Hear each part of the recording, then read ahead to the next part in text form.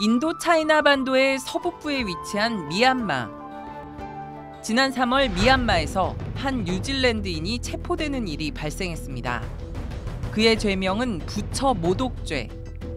미얀마 양군 지역에서 술집을 운영하던 그는 SNS에 자신의 술집 광고를 하기 위해 헤드폰을 쓴 불상 이미지를 올렸고, 미얀마는 이러한 행동을 범법으로 규정했습니다. 이번 사건으로 그는 정치범 수용소인 인세인 감옥에 수감됐고, 죄목에 비추어 약 4년간의 실형을 살게 돼 논란이 일고 있습니다. 이 사건을 이해하기 위해서는 미얀마의 종교와 문화적 배경을 이해할 필요가 있습니다. 그동안 외부 세계의 영향을 받지 않고 자신들의 전통과 역사를 간직해온 나라입니다. 134개 부족들이 각각의 생활 풍속을 가지고 살아가는 다민족 국가지만 이들을 하나로 묶는 건 불교입니다. 국민의 90%가 불교 신자죠.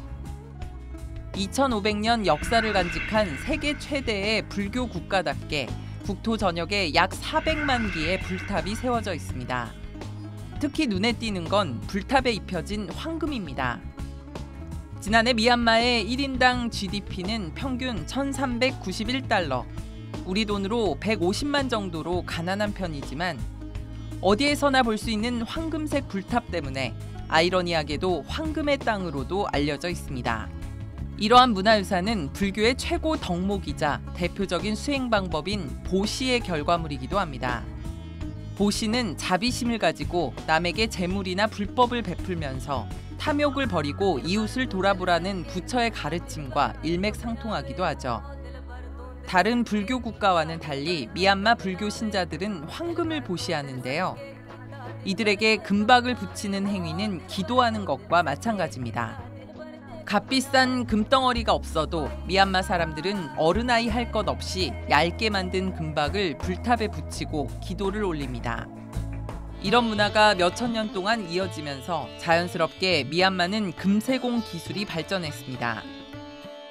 이들에게 금은 특별한 의미입니다. 금을 소중하게 여기죠. 불교의 무소유 정신으로도 이어집니다. 이들의 이러한 종교적 전통과 문화가 다소 낯설게 비춰지는 건 그동안 미얀마가 외부 세계와의 소통이 없었다는 의미이기도 합니다. 미얀마는 오랜 기간 군사정권의 독재로 아직까지 외국인 출입 금지 구역이 있을 정도로 그동안 국제사회의 배타적이었습니다.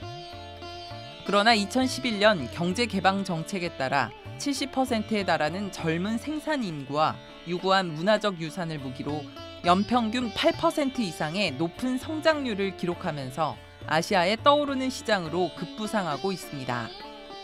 따라서 각 국가들에선 이들과 좋은 파트너 관계를 맺는 방법에 몰두하고 있죠. 수천 년이란 긴 시간 동안 인류의 문화유산을 지켜오며 이제 막 세상에 디딘 미얀마에게 어떤 친구가 필요할까요? 이들 공동체를 이끌어온 불교 정신과 가치에 그 힌트가 숨어 있을 겁니다.